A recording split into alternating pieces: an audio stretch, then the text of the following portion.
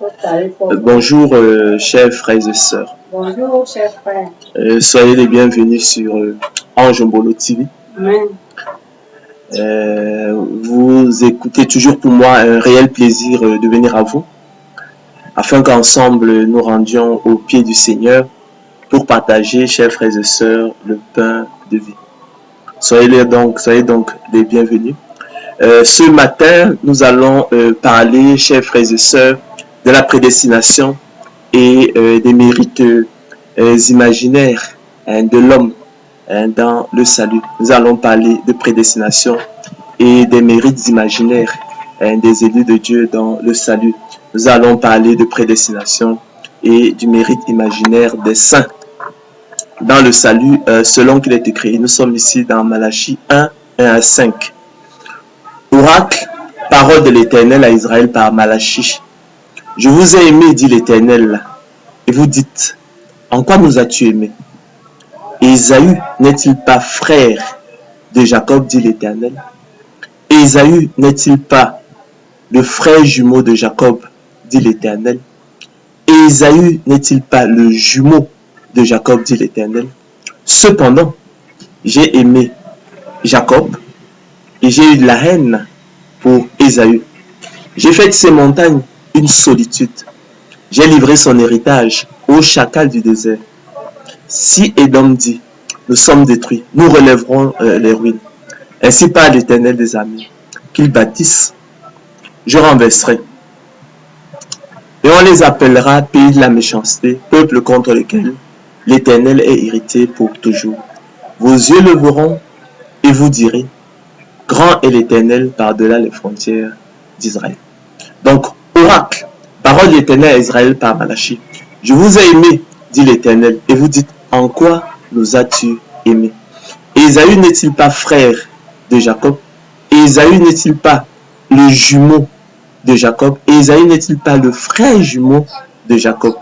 Les mots frère, frère jumeau et jumeau indiquent, chers frères et sœurs, l'analogie et l'identité du point de vue du péché entre Ésaü et Jacob. Donc, du point de vue du péché, Ésaü et Jacob étaient identiques aux yeux de Dieu. Cependant, dit-il, j'ai aimé Jacob et j'ai eu de la haine pour Ésaü. J'ai fait de ces montagnes une solitude, j'ai livré son héritage au chacal du désert. Et si Édom dit, nous sommes détruits, nous relèverons les ruines. Ainsi parle l'Éternel des armées, qu'ils bâtissent, je renverserai. Et on les appellera pays de la méchanceté, peuple contre lequel l'Éternel est irrité pour toujours. Vos yeux le verront et vous direz, grand est l'Éternel par-delà les frontières d'Israël, selon qu'il est écrit. Et nous sommes ici, chers frères et sœurs, dans l'épître de Paul aux Romains. Nous allons lire là Romains 9, 10 à 11, 25.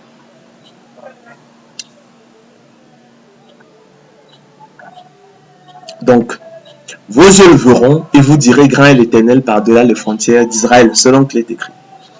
Il en fut ainsi de Rebecca, qui conçut du seul Isaac, notre père. Car, quoique les enfants ne fussent pas encore nés, et qui n'eussent fait ni bien ni mal, afin que le dessein d'élection de Dieu subsistât, sans dépendre des œuvres, et par la seule volonté de celui qui appelle, il fut dit à Rebecca, l'aîné sera assujetti au plus jeune. Selon qu'il est écrit, j'ai aimé Jacob et j'ai haï Ésaü. Que dirons-nous donc? Y a-t-il un Dieu de l'injustice? Loin de là. Car il a dit à Moïse, je ferai miséricorde à qui je fais miséricorde et j'aurai compassion de qui j'ai compassion. Ainsi donc, cela ne dépend, chers frères et sœurs, ni de celui qui veut, ni de celui qui court, mais de Dieu qui fait miséricorde, a écrit l'apôtre Paul. Car l'Écriture dit à Pharaon, je t'ai suscité à dessein pour montrer en toi ma puissance, et afin que mon nom soit publié sur toute la terre. Ainsi, il fait miséricorde à qui il veut, et il endurcit qui il veut. Tu me diras, pourquoi blâmes-tu encore? Car qui est-ce qui résiste à sa volonté? Informe-toi plutôt. Qui es-tu pour contester avec Dieu? Le vase d'argile dira-t-il à celui qui l'a formé, pourquoi m'as-tu fait ainsi? Le potier n'est-il pas maître de l'argile pour faire avec la même masse un vase d'honneur et un vase d'un usage vil?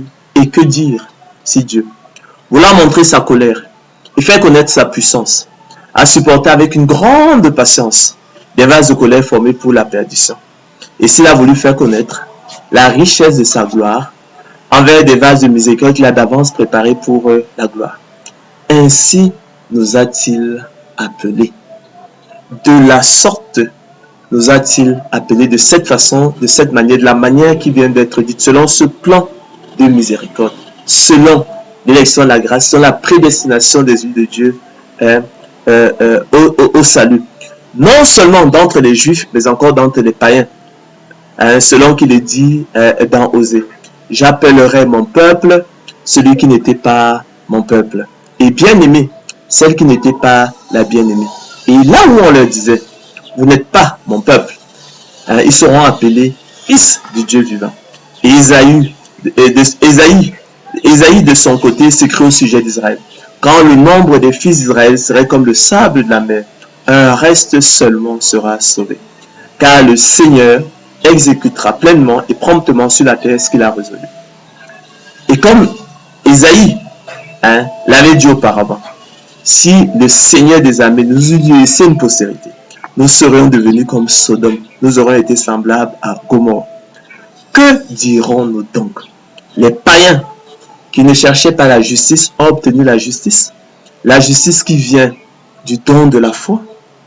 Tandis qu'Israël, qui cherchait une loi de justice, n'est pas parvenu à cette loi. Pourquoi?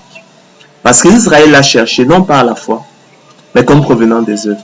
Ils se sont heurtés contre la pierre d'achoppement, selon qu'il est écrit. Voici, je mets en Sion une pierre d'achoppement et un rocher de scandale.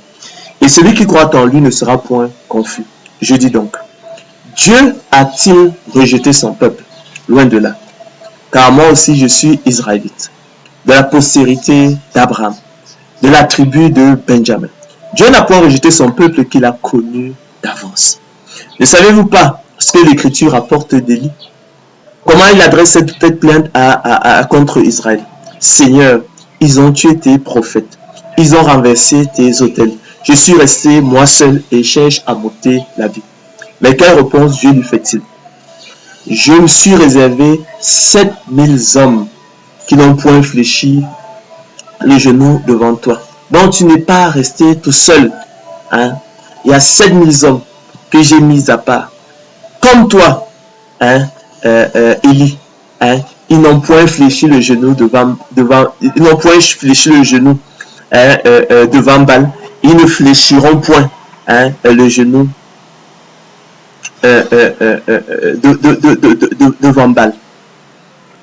Mais de même, chers frères et sœurs, poursuit-il, dans le temps présent, il y a un reste selon l'élection de la grâce, selon la prédestination des élus de Dieu au salut.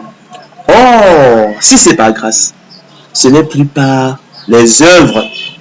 Autrement, la grâce n'est plus une grâce. Et si c'est pas les œuvres, ce n'est plus une grâce. Autrement, l'œuvre n'est plus une œuvre. Quoi donc? Ce qu'Israël cherche, il n'a pas obtenu, mais l'élection l'a obtenu. Tandis que les autres ont été endurcis, rejetés, abandonnés dans leur mort spirituelle. Je ne veux pas, frères, que vous ignoriez ce mystère, afin que vous ne regardiez point comme sages, comme vous regardiez point plus excellent. Ainsi, chers frères et sœurs, comme j'ai l'habitude de le dire, la prédestination des élus de Dieu au salut de façon opérationnelle peut s'entendre comme le choix souverain de Dieu avant la fondation du monde. Et son appel efficace par le moyen du don de la foi, qui est sa semence dans ses élus. Leur privilège exclusif, les déclencheurs exclusifs du salut et son moteur efficace, les équipant et outillant pour les rendre aptes et capables non seulement de discerner quelle est la volonté de Dieu, ce qui est bon, agréable et parfait, mais aussi de la faire efficacement afin d'accomplir l'esprit de la loi. Hein, selon qu'il est écrit, celui qui fait la volonté de Dieu demeure éternellement. Car le Seigneur de gloire Jésus-Christ l'a dit, quiconque fait la volonté de Dieu, celui-là est mon frère, ma soeur et ma mère. En l'occurrence, aimer Dieu, c'est ce dont il est question, croire au Seigneur Jésus-Christ, le Sauveur du monde, prendre plaisir à la loi de Dieu et se réjouir en suivant ses préceptes comme possédant tous les trésors, en faire ses délices et ses conseils, rechercher Dieu de tout son cœur, avec un cœur honnête et bon, soutenir et combattre le bon combat de la foi pour saisir la vie éternelle à laquelle ils ont été appelés efficacement, choisir les ordonnances de Dieu, rechercher la sanctification sans laquelle personne ne verra le Seigneur, hein, selon qu'il est écrit, la religion pure et sans tache devant Dieu notre Père consiste à visiter les orphelins et veuves dans leurs afflictions et à se préserver des souillures du monde. Mais il y a une vie de sainteté. Se préserver des souillures du monde, nous l'avons dit, être zélé pour les bonnes œuvres, entrer dans le sanctuaire et s'approcher du grand souverain sacrificateur selon l'ordre de Melchisédek, Jésus-Christ, le Fils de Dieu, qui peut sauver parfaitement ceux qui s'approchent de Dieu par lui, étant toujours vivant pour intercéder en leur faveur. Les distinguant ainsi, chers frères et sœurs, de l'homme animal, des reprouvés, selon qu'il est écrit, il vous a été fait la grâce par rapport à Christ de croire en lui. Il vous a été fait le privilège, chers frères et sœurs, par rapport à Christ de croire en lui. Mais l'homme animal, par contre, ne reçoit pas les choses de l'Esprit de Dieu. Mais l'homme animal n'accepte pas les choses de l'Esprit de Dieu. Pourquoi?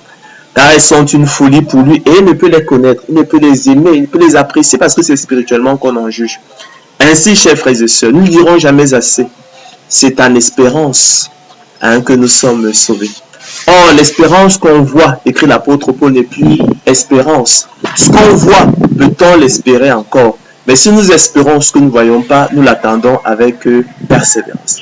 Ainsi, chers frères et sœurs, par le don de la foi, qu'est la semence de Dieu en lui. L'élu de Dieu est semblable au laboureur, disposant de la semence de maïs, d'haricots ou de cacao, dont il est notoire, vous le savez, avéré, établi, absolument certain et largement connu que la culture produira le précieux fruit que sont les épis de maïs, les gousses d'haricots ou les cabousses de cacao selon le cas, mais qui naturellement ne dispense aucunement le laboureur de travailler, en l'occurrence, préparer le sol, semer, arroser, sarcler, lutter contre les attaques des maladies, fertiliser le sol, etc. selon qu'il est écrit. Il faut que le laboureur travaille avant de recueillir les fruits. 2 Timothée 2,6. Il faut que le laboureur travaille avant de recueillir de la semence, les fruits. Il faut que le laboureur travaille avant de recueillir de la semence, le précieux fruit. De même aussi, chers frères et sœurs, il faut que l'élu de Dieu travaille et persévère avant de recueillir de la semence de Dieu en lui, le précieux fruit qu'est le salut, le repos de l'âme et la vie éternelle. Il faut que l'élu de Dieu travaille et persévère avant de recueillir du don de la foi, qui est la semence de Dieu en lui. Alors, le précieux fruit qu'est le salut, le repos de l'âme et la vie éternelle. Par conséquent, chers frères et sœurs, ce n'est pas que nous ayons déjà remporté le prix ou que nous ayons déjà atteint la perfection ou achevé la course. Mais nous devons courir, écrit l'apôtre Paul, pour tâcher de saisir la main que nous tend le Seigneur Jésus-Christ. Frère, je ne pense pas l'avoir saisi, écrit-il, mais je fais une chose, oubliant ce qui est en arrière et me portant vers ce qui est en avant, je cours vers le but pour remporter le prix de la vocation céleste de Dieu en Jésus-Christ. À la croix de Golgotha, nous ne le dirons jamais assez. L'œuvre universelle que le Seigneur Jésus-Christ a accomplie, c'était de déchirer le voile du tabernacle. Nous en sommes tous témoins. Le voile du temple fut déchiré en deux, depuis le haut jusqu'en bas. Il a ainsi ouvert pour nous une libre entrée dans le sanctuaire. cette bonne nouvelle nous a été annoncée aussi bien qu'à eux. Mais la parole qui leur fut annoncée ne leur servit de rien parce qu'elle ne trouva pas de la foi chez ceux qui l'entendirent. À la différence de l'homme animal, le Seigneur Christ autant nous a fait le don de la foi. Nous croyons à son appel et nous nous approchons donc du trône de grâce, nous nous approchons du grand souverain sacrificateur selon l'ordre de Melchisédek pour obtenir le repos de l'âme, pour obtenir la vie éternelle, pour obtenir effectivement le salut. Par le don de la foi, le Seigneur Jésus-Christ nous a donc équipés pour que nous puissions remplir et assumer efficacement nos responsabilités, à savoir venir vers lui. Ainsi, chers frères et sœurs, loin de rendre la persévérance des saints superflue, retenez-le une fois pour toutes. La prédestination en fait au contraire un impératif et une exigence absolue. Toutefois, elle exclut catégoriquement et ne laisse aucun mérite à l'homme dans le salut. Tous les mérites, chers frères et sœurs, revenant exclusivement au Seigneur de gloire Jésus-Christ, auteur du don de la foi. Privilège exclusif des élus de Dieu. Déclencheur exclusif du salut et son moteur efficace selon qu'il est écrit. Où donc est le sujet de se glorifier, écrit l'apôtre Paul. Il est exclu. Par quelle loi? Par la loi des œuvres? Non. Par la loi du don de la foi. Car nous pensons, écrit-il, que l'homme est justifié par le moyen du don de la foi sans les œuvres de la loi. Ou bien Dieu est-il seulement le Dieu des Juifs? N'est-il pas aussi des païens?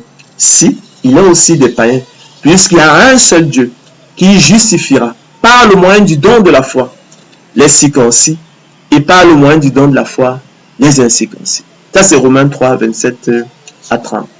Voilà donc comment, chers frères et sœurs, doit être entendue et envisagée la prédestination des élus de Dieu au salut, afin qu'elle ne soit plus comprise de travers, qu'elle ne soit plus comprise à l'envers, qu'elle ne soit plus vidée de sa substance et de son intérêt, en attribuant à tort des mérites imaginaires à l'homme dans le salut, flattant ainsi démesurément son cœur vaniteux et le portant à se regarder comme sage, plus excellent que ses semblables.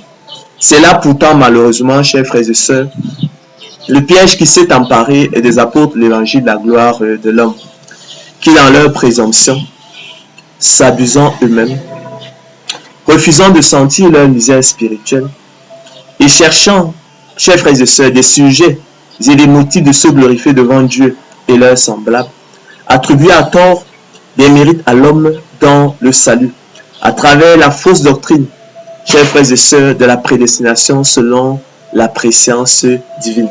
Ils prétendent en effet que dans sa préscience, sa connaissance infaillible qu'il a de l'avenir du monde, des hommes et de toutes choses là dans le moindre détail, dans la faculté qu'il a de prévoir les choses à venir, Dieu aurait vu d'avance la piété des uns et l'impiété des autres, les bonnes œuvres des uns et les mauvaises œuvres des autres, la foi des uns et l'incrédulité des autres, la bonne volonté des uns et la mauvaise volonté des autres, les efforts des uns et le relâchement des autres, toutes choses qu'il aurait donc déterminées dans ses choix avant la fondation du monde. Ils attribuent ainsi, chers frères et sœurs, des mérites à l'homme dans le salut et enseignent dans leur confusion un salut par les œuvres, en contradiction ouverte avec les Écritures selon qu'il est écrit. Ce n'est point par les œuvres. Éphésiens 1:8. Ce sont là les rudiments de la foi chrétienne. Car le dessein d'élection de Dieu subsiste sans dépendre des œuvres et par la seule volonté de celui qui appelle. Ainsi donc, cela ne dépend ni de celui qui veut, ni de celui qui court, mais de Dieu qui fait miséricorde. Ainsi, il fait miséricorde à qui il veut. Car il a dit à Moïse, n'oubliez jamais, je ferai miséricorde à qui je fais miséricorde et j'aurai compassion de qui j'ai compassion. Je fais grâce à qui je fais grâce et miséricorde à qui je fais miséricorde. En cela, chers frères et sœurs, ils veulent ignorer que la foi ne vient pas de l'homme, mais est un don de Dieu selon qu'il est écrit. C'est par grâce que vous êtes sauvés, par le moyen de la foi. Et cela ne vient pas de vous, c'est le don de Dieu. Éphésiens 2:8. Donc c'est par grâce que vous êtes sauvés, par le moyen du don de la foi. Et cela ne vient pas de vous, c'est le don de Dieu. Car vous avez été fait la grâce par rapport à Christ de croire en lui. En conséquence. Et considérant donc, chers frères et sœurs, que la foi ne vient pas de l'homme, mais est un don de Dieu. Dieu aurait donc, plus précisément, vu d'avance l'acceptation du don de la foi des uns et le rejet du don de la foi des autres pour se déterminer.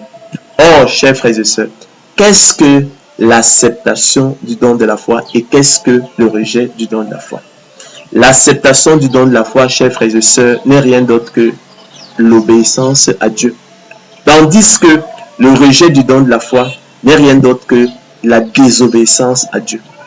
Or, qu'est-ce que l'obéissance à Dieu et qu'est-ce que la désobéissance à Dieu? L'obéissance à Dieu, chers frères et sœurs, n'est rien d'autre que le bien. L'obéissance à Dieu, chers frères et sœurs, n'est rien d'autre que le bien, tandis que la désobéissance à Dieu n'est rien d'autre que le mal. Or, qu'est-ce que le bien et qu'est-ce que le mal, si ce ne sont, chers frères et sœurs, les œuvres, selon qu'il est écrit. Et de plus, il en fut ainsi de Rebecca, qui conçut du seul Isaac notre père. Car quoique les enfants ne fussent pas encore nés, et qu'ils n'eussent fait ni bien ni mal, afin que le dessein d'élection de Dieu subsistât sans dépendre des œuvres. C'est-à-dire donc du bien ou du mal que les enfants auraient fait, et pas la seule volonté de celui qui appelle. Il fut dit à Rebecca, l'aîné sera assujetti au plus jeune, selon qu'il est écrit, j'ai aimé Jacob et j'ai haï Isaïe. Dans la Bible, j'aime toujours à le dire, reste le meilleur de nos dictionnaires. Ainsi, chers frères et sœurs, écrit l'apôtre Paul, ils veulent être docteurs de la loi. Et ils ne comprennent ni ce qu'ils disent, ni ce qu'ils affirment. Nous n'ignorons pas, chers frères et sœurs, que la loi est bonne, pourvu qu'on en fasse un usage légitime.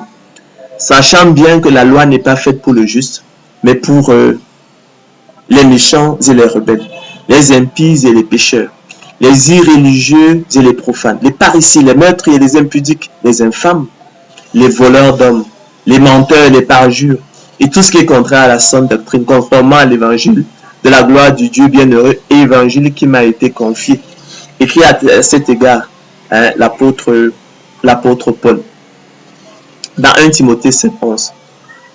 Sans s'en rendre compte, chers frères et sœurs, ils enseignent donc un salut par les œuvres et partant donc des hérésies. Alors, qui est-ce qui te distingue, ma sœur? Qu'as-tu reçu? Qu'as-tu que tu n'aies reçu? Et si tu l'as reçu, pourquoi te glorifies-tu comme si tu ne l'avais pas reçu? Sommes-nous plus excellents, chers frères et sœurs? Nullement. Qui est-ce qui te distingue, mon frère? Qu'as-tu que tu n'aies reçu? Et si tu l'as reçu, pourquoi te glorifies-tu comme si tu ne l'avais pas reçu? Sommes-nous plus excellents? Nullement. Crois-tu que la foi que tu disposes provient de toi? Nous avons vu que c'est un don de Dieu. Oui. Selon qu'il est écrit, vous avez été fait la grâce par rapport à Christ de croire en lui. C'est par grâce que vous êtes sauvés, par le moyen du don de la foi. Et cela ne vient pas de vous, c'est le don de Dieu. Donc la question à ces réponses, chers frères et sœurs, est capitale pour une compréhension juste et féconde de la doctrine biblique, la prédestination des élus de Dieu au salut. Afin qu'elle ne soit plus comprise de travers, nous l'avons dit à l'envers, visée de sa substance et de son intérêt, avec à la clé une dangereuse régression dans la propre justice, le salut par les œuvres et les mérites et l'évangile de la gloire de l'homme, se regardant plus sage, plus excellent et s'abusant ainsi eux-mêmes. Qui est-ce qui distingue les élus de Dieu? Qu'est-ce qui te distingue, ma sœur? Qui est-ce qui te distingue, mon frère? Serait-ce tes bonnes œuvres, ta propre justice, ton ascèse, ta piété, ta foi, ta volonté, tes efforts, ou encore quelque autre mérite personnel? Nullement. Que cela soit clair. Nullement. Car l'Écriture enseigne que dans leur mort spirituelle, inhérente au péché originel, tous les hommes sont semblables, identiques du point de vue du péché, et incurablement ennemis de Dieu selon qu'il est écrit. L'homme animal ne reçoit pas les choses de l'Esprit de Dieu. L'homme animal n'accepte pas les choses de l'Esprit de Dieu car elles sont une folie pour lui. Et il ne peut les connaître, il ne peut les aimer parce que c'est spirituellement qu'on en juge. En effet, vous étiez spirituellement morts par vos offenses et par vos péchés dans lesquels vous marchiez autrefois, selon le train de ce monde, selon le prince de la puissance de l'air, de l'esprit qui agit maintenant dans les fils de la rébellion. Nous tous aussi, nous avons souvent tendance à l'oublier, à ne pas regarder dans notre rétroviseur, à oublier d'où nous venons. Nous tous aussi, écrit l'apôtre Paul, nous étions de leur nombre. Nous venons du fond de la même poubelle. Et nous vivions autrefois selon les convoitises de notre chair, accomplissant les volontés de la chair et de nos pensées. Et nous étions par nature des enfants de colère comme les autres. Qui pourrait le nier? Car nous aussi, poursuit-il, nous étions autrefois insensés. N'étais-tu pas insensé, mon frère? N'étais-tu pas insensé, ma sœur? Désobéissant, égaré. Ne vivais-tu pas dans l'égarement? L'apôtre Paul confesse qu'il est le premier des pécheurs. Asservi à toute espèce de convoitise et de volupté, vivant dans la méchanceté et dans l'envie, digne d'être haïs et nous haïssant les uns les autres. Mais lorsque la bonté de notre Sauveur et son amour pour les... Mais lorsque la bonté de Dieu notre Sauveur et son amour pour les hommes ont été manifestés, il nous a sauvés.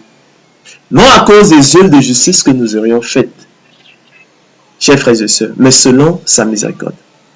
Par la nouvelle naissance opérée par le Saint-Esprit, qu'il a répandu sur nous avec abondance par Jésus-Christ notre Sauveur, afin que justifiés par sa grâce, déclarés justes par sa grâce, nous devenions, en espérance, héritiers de la vie éternelle.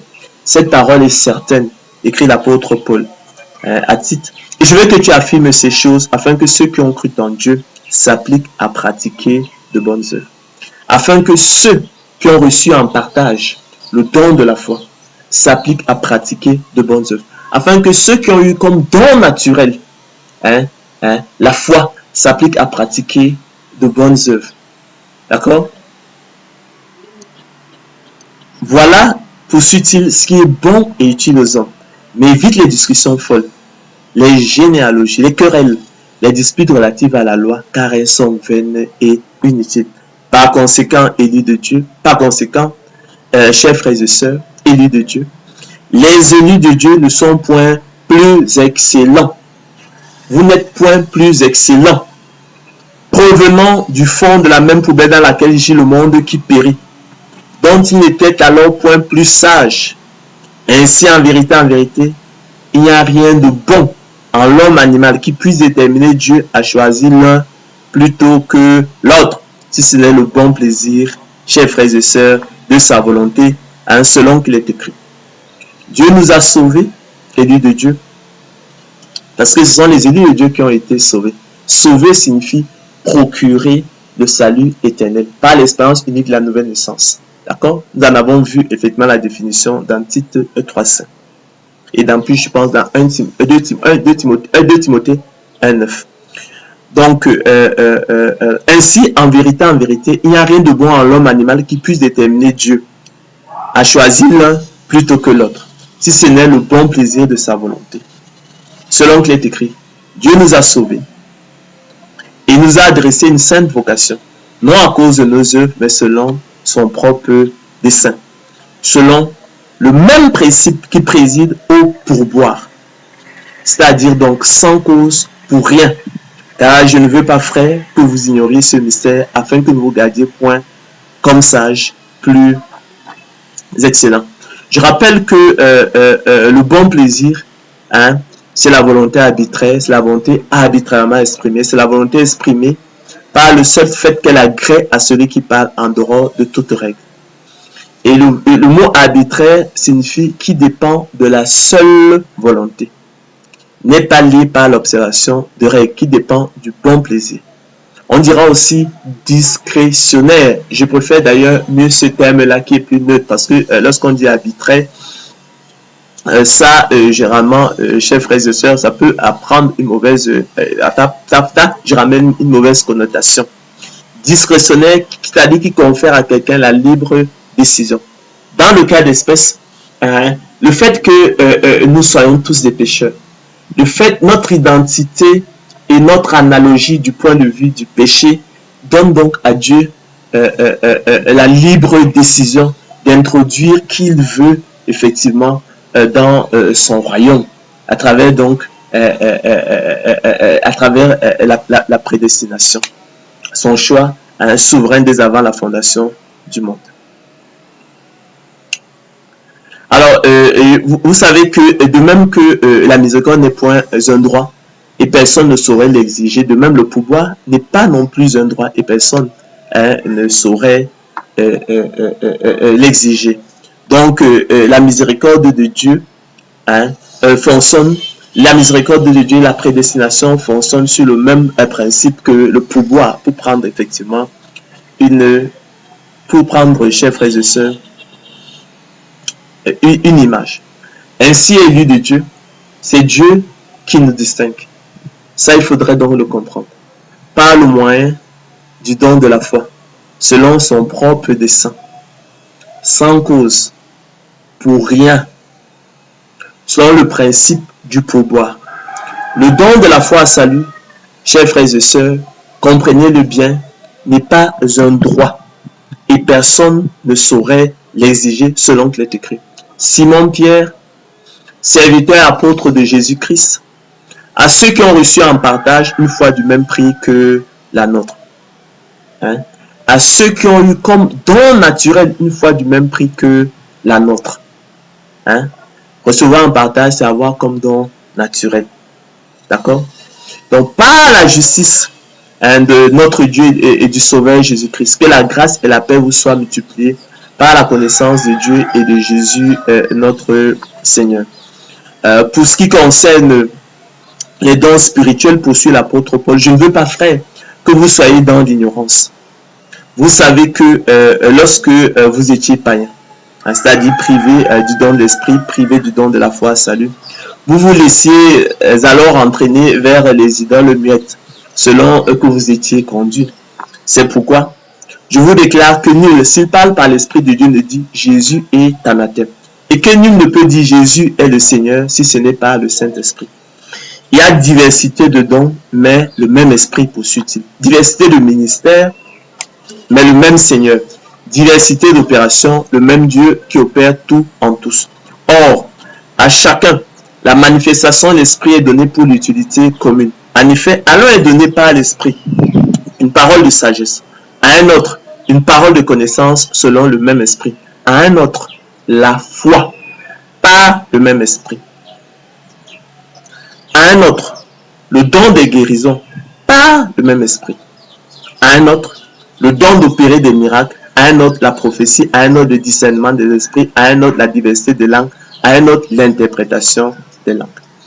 Un seul et même Esprit opère toutes ces choses, les distribuant à chacun en particulier comme il le veut, selon le bon plaisir de sa volonté, selon son propre dessein.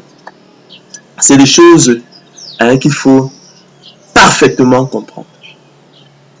Je vous exhorte donc, moi, le prisonnier dans le Seigneur, écrit l'apôtre Paul, à marcher d'une manière digne de la vocation qui vous a été adressée, en toute humilité et douceur. Avec patience, vous supportant les uns les autres avec charité, vous efforçant de conserver l'unité de l'esprit par le lien de la paix. Il y a un seul corps et un seul esprit, comme aussi vous avez été appelés à une seule espérance par votre vocation. Il y a un seul Seigneur, une seule foi, un seul baptême, un seul Dieu et Père de tout ce qui est au-dessus de tous et parmi tous et en tous. Mais à chacun de nous, la grâce a été donnée selon la mesure du don de Christ. Par la grâce qui m'a été donnée, poursuit-il, je dis à chacun de vous de n'avoir pas de lui-même une trop haute opinion, mais de revêtir des sentiments modestes, selon la mesure de foi que Dieu a départie à chacun. D'accord? Selon la mesure de foi que Dieu a départie à chacun. Là, on est plutôt Philippiens. En Philippiens 1, 29, le Seigneur Christ, l'apôtre Paul, le Saint-Esprit par la plume de l'apôtre Paul, le dit expressement. Il vous a été fait la grâce par rapport à Christ de croire en lui. D'accord? On parle ici du don de la foi. Il vous a été fait le don de la foi. Cette grâce-là n'a pas été faite au monde. selon qu'il est écrit. Et nous revenons ici dans l'épître de Paul, dans la première épître de Paul aux Corinthiens qui nous parle des dons spirituels. Donc, à un autre, la foi par le même esprit. À un autre, la foi par le même esprit.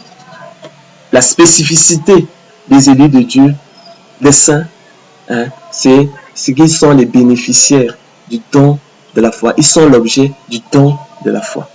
Et c'est ça qui fait la différence avec l'homme animal, privé du don de la foi. Le don de la foi constitue ainsi, chers frères et sœurs, la semence de Dieu dans ses élus. C'est leur privilège exclusif, c'est votre privilège exclusif. Selon qu'il a été fait la grâce par rapport à Christ de croire en lui, vous a été fait le privilège par rapport à Christ de croire en lui. Le don de la foi, chers frères et sœurs, constitue le déclencheur du salut et son moteur efficace. Par le moyen du don de la foi, Dieu équipe et outille ses élus pour les rendre aptes et capables, non seulement de discerner quelle est la volonté de Dieu, ce qui est bon, agréable et parfait, mais aussi de la faire efficacement afin d'accomplir l'esprit de la loi. Selon qu'il est écrit, celui qui fait la volonté de Dieu demeure éternellement. Car le Seigneur Jésus-Christ l'a dit, quiconque fait la volonté de Dieu, celui-là est mon frère, ma soeur et ma mère. Les distinguant ainsi de l'homme animal, des reprouvés selon qu'il est écrit, nous l'avons dit précédemment, mais l'homme animal ne reçoit pas les choses de l'Esprit de Dieu, car elles sont une folie pour lui et ne peut les connaître parce que c'est spirituellement qu'on en juge. En l'occurrence, Dieu nous rend, élus de Dieu, capables de l'aimer. Ça, l'homme animal n'en est pas capable. Lorsque tu lui parles, tu lui annonces ces bonnes nouvelles, il te tourne le dos, il se sépare de toi parce que c'est de la folie. Il nous rend capables de croire au Seigneur Jésus-Christ, le Sauveur du monde. Il nous rend capables de prendre plaisir à la loi de Dieu et de se réjouir en suivant ses préceptes comme possédant tous les trésors. D'en faire leur délice et leur conseiller, de rechercher Dieu de tout leur cœur, avec un cœur honnête et bon, de soutenir et combattre le bon combat de la foi, pour saisir la vie éternelle à laquelle ils ont été appelés efficacement. Il nous rend capables, chers frères et sœurs, de choisir les ordonnances de Dieu, de rechercher la sanctification sans laquelle personne ne verra le Seigneur. Il nous rend capables de mener une vie de sainteté. Il nous rend capables de nous préserver des souillures du monde. Il nous rend capables d'être zélés pour les bonnes œuvres. Il nous rend capables d'entrer dans le sanctuaire pour nous approcher du grand souverain sacrificateur selon l'ordre de Melchisédek, Jésus-Christ, le Fils de Dieu, qui peut sauver parfaitement ceux qui s'approchent de Dieu par lui, étant toujours vivant pour intercéder en leur faveur. Cela, chers frères et sœurs, l'homme animal, dans sa mort spirituelle, en est bien incapable. L'homme animal est incapable, chers frères et sœurs, de discerner quelle est la volonté de Dieu, ce qui est bon, agréable et parfait. L'homme animal est encore plus incapable de faire cette volonté de Dieu, d'autant plus qu'il ne la connaît même pas. À combien plus forte raison, chers frères et sœurs, sera-t-il incapable d'accomplir, chers frères et sœurs, l'esprit de la loi? Vous savez, chers frères et sœurs, que nous servons dans un esprit nouveau, selon l'esprit de la loi, et non selon la lettre de la loi qui a vieilli. Car la lettre de la loi tue, mais l'esprit de la loi vivifie. En sorte que, chers frères et sœurs, nous changeons pour la grâce de Dieu en dissolution. Mais nous recherchons d'un cœur sincère quelle est la volonté de Dieu, ce qui est bon, agréable et parfait. Et nous cherchons, chers frères et sœurs, à la faire réellement, de façon donc effectivement à accomplir l'esprit de la loi selon qu'il est écrit. Quiconque, selon qu'il est écrit, celui qui fait la volonté de Dieu demeure éternellement, c'est-à-dire à la vie éternelle. Ainsi, chers frères et sœurs, regardant superficiellement, naïvement, comme des observateurs superficiels, et à tort aux bonnes œuvres des élus, et non aux précieux dons de la foi reçue qui les précèdent, source et cause des bonnes œuvres des élus, privilège des élus de Dieu, déclencheur du salut et son moteur efficace, œuvre du Seigneur Jésus-Christ. Les apôtres de l'évangile de la gloire de l'homme enseignent un salut par des mérites imaginaires et donnent ainsi à tort aux hommes qui se seraient ainsi distingués eux-mêmes, qui auraient ainsi eux-mêmes produit la foi, qui seraient ainsi eux-mêmes les auteurs de leur foi, en contradiction avec ce qui est écrit, l'écriture qui nous rappelle bien en Éphésiens 2:8 que c'est par grâce que vous êtes sauvés par le moyen de la foi, et cela ne vient pas de vous, c'est le don de Dieu. Donc c'est par grâce que vous êtes sauvés par le moyen du don de la foi, et cela ne vient pas de vous, c'est le don de Dieu, car il vous a été fait la grâce par rapport à Christ de croire en lui. Donc les apôtres de l'évangile de la gloire de l'homme enseignent donc un salut par des mérites imaginaires et donnent ainsi à tort aux hommes qui se seraient ainsi distingués eux-mêmes, je disais, des sujets et motifs de se glorifier devant Dieu et leurs semblables. Frères, écrit l'apôtre Paul, le vœu de mon cœur et ma prière à Dieu pour eux, c'est qu'ils soient sauvés. Je leur rends le témoignage qu'ils ont du zèle pour Dieu, mais sans intelligence, dit-il, ne connaissant pas la justice de Dieu. Et cherchant à établir leur propre justice, dit-il, ils ne sont pas soumis à la justice de Dieu. Ainsi, chers frères et sœurs, retenons-le, s'il y a quelques mérites et quelques sujets de se glorifier, et croyez-moi, il y en a, ils reviennent assurément au Seigneur de gloire Jésus-Christ seul. Lui, l'auteur du don de la foi à salut. Déclencheur exclusif du salut et son moteur efficace. C'est de lui, par lui et pour lui que sont toutes choses. À lui la gloire dans tous les siècles. Amen. Et tout autre mérite que l'homme voudrait, chers frères et sœurs, s'attribuer dans le salut ne serait qu'imaginaire, c'est-à-dire fiction, ne serait que fictif, ne serait que irréel, ne serait que illusion. À cet égard, il est hautement significatif que tous ceux à qui il a été fait le don de la foi seront sauvés. Vous comprenez ça? Tandis que tous ceux qui en ont été privés périront, selon qu'il est écrit. Tous ceux que le Père me donne viendront à moi. Tous ceux que le Père m'a donné viendront à moi. Tous ceux que le Père m'a donné dès avant la fondation du monde viendront à moi. Donc à cet égard, je disais, il est hautement significatif. Il est important que vous le compreniez, que tous ceux à qui il a été fait le don de la foi seront sauvés. Tandis que tous ceux qui en ont été privés périront, selon qu'il est écrit, tout ce que le Père me donne viendront à moi. Tout ce que le Père m'a donné viendront à moi. Tout ce que le Père m'a donné dès avant la fondation du monde viendront à moi. D'accord? Il me les a donnés par le moyen du don de la foi. C'est ainsi qu'il nous a distingués. C'est ainsi qu'il a distingué les élus de l'homme animal.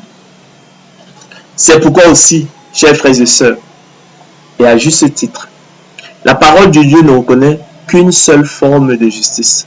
Non ma propre justice. Non ma justice, c'est-à-dire ma propre justice, écrit l'apôtre Paul, celle qui vient de la loi, la promesse conditionnelle, mais celle qui s'obtient par la foi en Christ, par le moyen du don de la foi.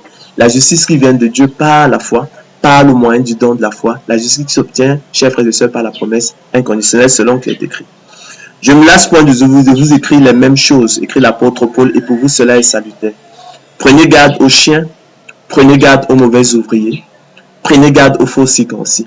Car les circoncis, écrit-il, c'est nous, qui rendons à Dieu notre culte par l'Esprit de Dieu, et non par l'Esprit de l'homme, qui nous glorifions en Jésus-Christ et qui ne mettons point notre confiance en la chair. Moi aussi, cependant, écrit-il, j'aurais sujet de mettre ma confiance en la chair. Si quelque autre croit pouvoir se confier en la chair, je le puis bien davantage, écrit-il. Moi, circoncis le 8e jour de la race d'Israël, de la tribu de Benjamin, hébreu né d'hébreu, hébreu né d'hébreu, il m'a au pluriel, donc de parents hébreux, père et mère. Vous savez que dans le judaïsme, ça se transmet par la mère, par le travers de la mère. Quant à la loi pharisienne, quant aux ailes, dit-il, persécuteurs de l'Église, irréprochable, dit-il, à l'égard de la justice de la loi. Mais, poursuit-il, ces choses qui étaient pour moi des gains je les ai regardés comme une perte, comme de la boue à cause de Christ. Et même, dit-il, je regarde toutes choses comme une perte à cause de l'excellence de la connaissance de Jésus-Christ, mon Seigneur, pour lequel j'ai renoncé à tout, dit-il. Et je les regarde comme de la boue afin de gagner Christ et d'être trouvé en lui. Non avec ma justice. Oui, vous qui regardez à votre propre justice, ça n'est que de la boue, de la souillure. Non avec ma justice, celle qui vient de la loi, mais avec celle qui s'obtient par la foi en Christ, la justice qui vient de Dieu par le moyen du don de la foi. Car c'est par grâce que vous êtes sauvés. Comprenez-le bien. Par le moyen du don de la foi. Et cela ne vient pas de vous, c'est le don de Dieu. Car vous a été fait la grâce et le privilège par rapport à Christ de croire en lui. Cette grâce-là n'a pas été faite au monde, selon qu'il est écrit. Tous n'ont pas la foi. 2 Thessaloniciens 3:2. Tous n'ont pas la foi. Tous n'ont pas la foi. D'accord? 2 Thessaloniciens 3:2. Ainsi, chers frères et sœurs élus de Dieu, notre capacité, au contraire, vient donc de Dieu. Notre distinction aussi, au contraire, vient de lui. C'est lui, le Dieu vivant et vrai, qui, autant marqué par le moyen du don de la foi, nous a distingués de l'homme animal. Il nous a aussi équipés et outillés pour nous rendre capables et aptes, non seulement de discerner quelle est la volonté de Dieu, ce qui est bon, agréable et parfait, mais aussi de la faire efficacement afin d'accomplir l'esprit de la loi selon qu'il est écrit. Celui qui fait la volonté de Dieu demeure éternel. Car le Seigneur Jésus-Christ l'a dit, quiconque fait la volonté de Dieu, celui-là est mon frère, ma soeur et ma mère. Je ne veux pas, écrit l'apôtre Paul, frère, que vous ignoriez ce mystère afin que vous regardiez point comme sage plus excellent. Car notre capacité, au contraire, vient de Dieu. Elle ne vient pas de nous-mêmes. Selon qu'il est écrit, c'est par grâce que vous êtes sauvés. Par le moyen du don de la foi. Et cela ne vient pas de nous. C'est le don de Dieu. Car il vous a été fait la grâce par rapport à Christ de croire en lui. Notre distinction aussi, au contraire, vient de Dieu. Il est l'auteur du don de la foi. Qui est notre privilège. Le privilège exclusif des élus de Dieu. Le déclencheur exclusif du salut est son moteur efficace. Et non, chers frères et sœurs, d'une excellence en nous-mêmes. Aussi, tout mérite que les apôtres de l'évangile, la gloire de l'homme, voudraient attribuer à l'homme dans le salut ne serait qu'imaginaire.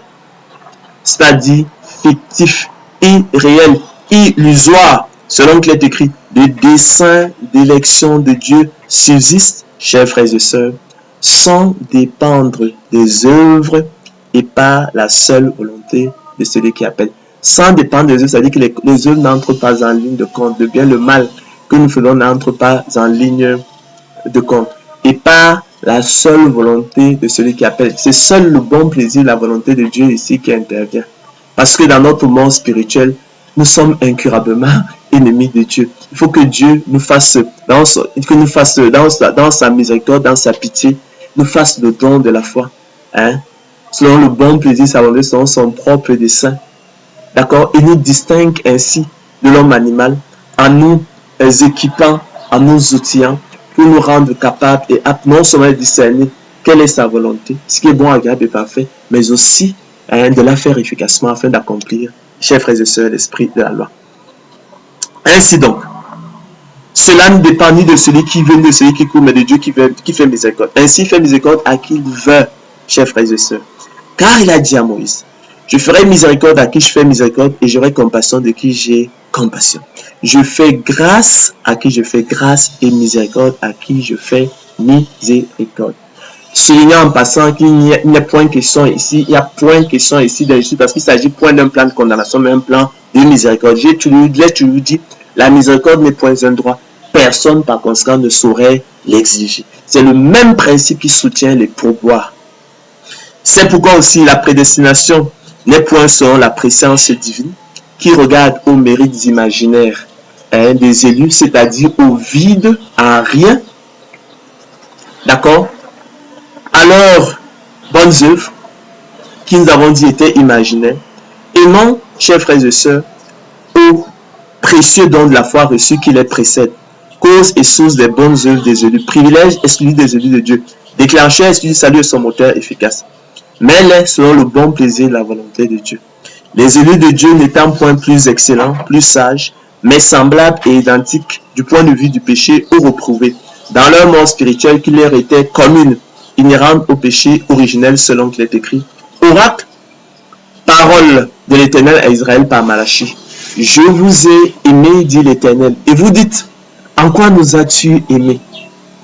Ésaü n'est-il pas frère de Jacob, dit l'Éternel? Ésaü n'est-il pas le jumeau de Jacob, dit l'Éternel? Ésaü n'est-il pas le frère jumeau de Jacob, dit l'Éternel? J'ai dit que l'expression frère, frère jumeau, jumeau soulignait l'analogie, l'identité du point de vue du péché entre Jacob et Ésaü. Cependant, dit l'Éternel, bien qu'effectivement ils étaient analogues du point de vue du péché, semblables, identiques du point de vue des péchés, cependant j'ai aimé Jacob et j'ai eu de la haine pour Ésaü. J'ai fait de ces montagnes une solitude, j'ai livré son héritage aux chacals du désert. Si Édom dit, Édom je rappelle c'est Ésaü, nous serons détruits, nous relèverons les ruines, ainsi par l'Éternel des armées, qu'ils bâtissent, je renverserai. On les appellera pays de la méchanceté, peuple contre lesquels l'Éternel est irrité pour toujours. Vos yeux le verront et vous direz, grand est l'Éternel par-delà les frontières d'Israël, selon qu'il est écrit. C'est chez Dieu, on va le reprendre.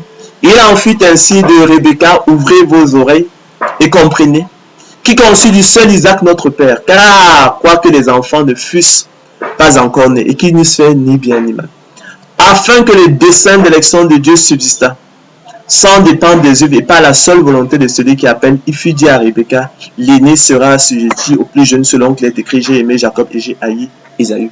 Il n'est nullement dit, chers frères et sœurs, que afin que la présence divine fût manifeste. C'est pas ça qui est écrit.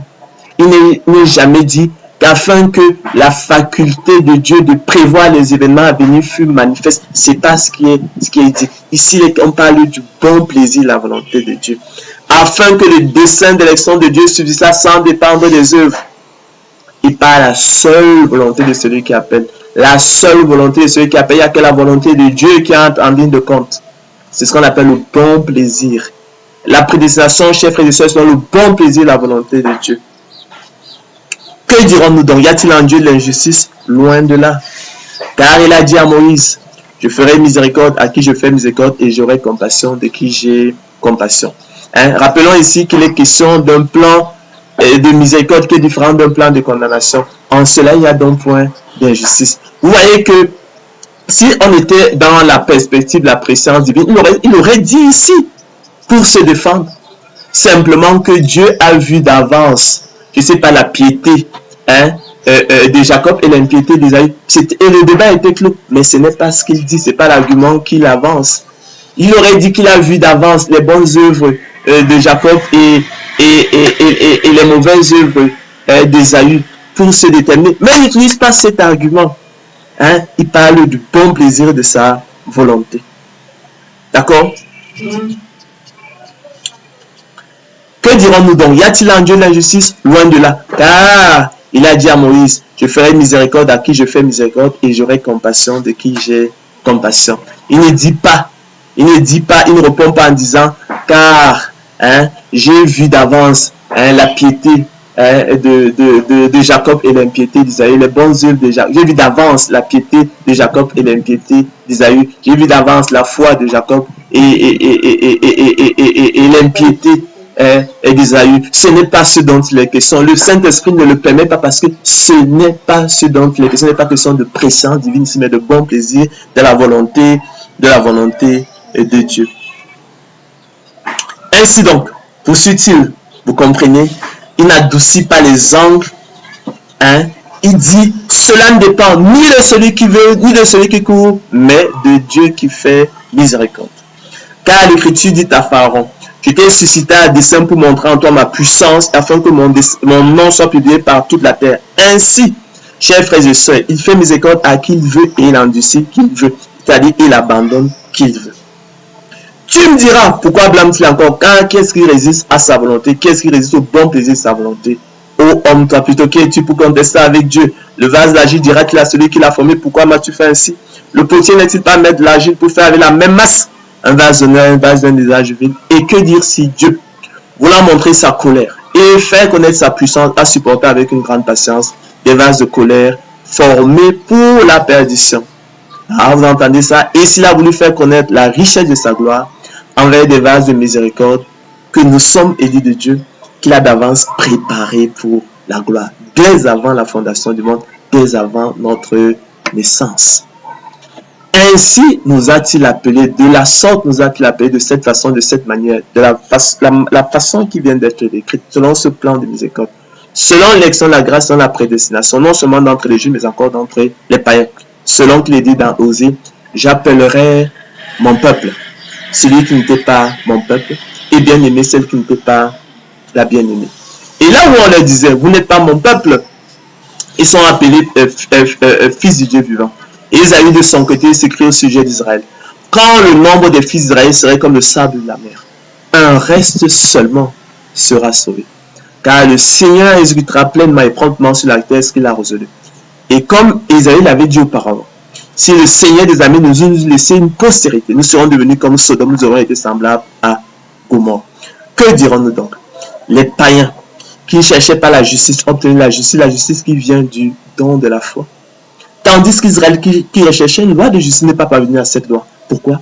Parce qu'Israël, chers frères et sœurs, l'a cherché non pas à la foi, mais comme provenant des œuvres. Ils se sont heurtés contre la pierre d'achoppement selon qu'il est écrit. Voici, je mets en Sion une pierre d'achoppement et un rocher de scandale. Et celui qui croit en lui ne sera point confus. Je dis donc, Dieu a-t-il rejeté son peuple? Loin de là. Car moi aussi je suis israélite de la postérité d'Abraham et la tribu de Benjamin. Dieu n'a point rejeté son peuple qu'il a connu d'avance, qu'il a aimé d'avance. Ne savez-vous pas ce que l'Écriture rapporte de lui? Comment il adresse à Dieu cette plainte contre Israël? Seigneur, ils ont tué tes prophètes, ils ont renversé tes autels, je suis resté moi seul et ils cherchent à m'ôter la vie. Mais quelle réponse Dieu lui fait-il? Je me suis réservé et élu 7000 hommes qui, comme toi, n'ont point fléchi le genou devant Baal et ne fléchiront point le genou devant Baal. Tu n'es donc pas resté tout seul. J'ai mis à part 7000 hommes dès avant la fondation du monde. Comme toi, ils n'ont point fléchi le genou devant Baal et ils ne fléchiront point le genou devant Baal. Chers frères et sœurs, de même aussi dans le temps présent, il y a un reste selon l'élection de la grâce. Or, si c'est par grâce, ce n'est plus par les œuvres. Autrement, la grâce n'est plus une grâce. Et si ce n'est pas les œuvres, ce n'est plus une grâce. Autrement, l'œuvre n'est plus une œuvre. Quoi donc? C'est qu'Israël cherche, il n'a pas obtenu, mais l'élection l'a obtenu. Tandis que les autres ont été endurcis, rejetés, abandonnés dans leur mort spirituelle. Oh, je ne veux pas, frères, élus de Dieu, que vous ignoriez ce mystère afin que vous gardiez point comme sages plus excellents que les reprouvés. D'accord? S'il y a donc quelques mérites, il y en a de ceux glorifiés, ils appartiennent au Seigneur Jésus-Christ seul. C'est lui qui nous a distingués par le moyen du don de la foi en nous faisant le don de la foi. Et il est hautement significatif, chers frères et sœurs, que tous ceux qui ont reçu en partage, qui ont reçu comme don naturel la foi, seront sauvés. Et que tous ceux qui en ont été privés, chers frères et sœurs, périront. Donc, nous ne sommes point plus excellents, nous ne sommes point plus sages. C'est celui qui nous a simplement distingués selon son propre dessein, selon le bon plaisir de sa volonté. C'est cela la prédestination. Il nous a équipés, il nous a outillés, autant marqués par le moyen du don de la foi pour nous rendre capables et aptes non seulement de discerner quelle est la volonté de Dieu, ce qui est bon, agréable et parfait, mais aussi de la faire efficacement de façon à accomplir, chers frères et sœurs, l'esprit de la loi, selon qu'il est écrit, celui qui fait la volonté de Dieu demeure éternellement. Nous sommes donc parvenus, chers frères et sœurs, au thème de notre conférence, que l'honneur, la gloire, l'acclamation reviennent au Seigneur de gloire Jésus-Christ seul. Amen. Chers frères et sœurs, je me lasse pas de vous écrire les mêmes choses, de vous enseigner les mêmes choses, mais pour vous, cela est salutaire. Il faut comprendre la prédestination. C'est une consolation éternelle, une bonne espérance. D'accord? Elle ne laisse aucune place. Aucun mérite. Aucun mérite pour l'homme dans le salut. Voilà, bien que nous ayons un rôle décisif et une responsabilité capitale. Un rôle décisif à jouer, une responsabilité capitale. Allez, bonne soirée et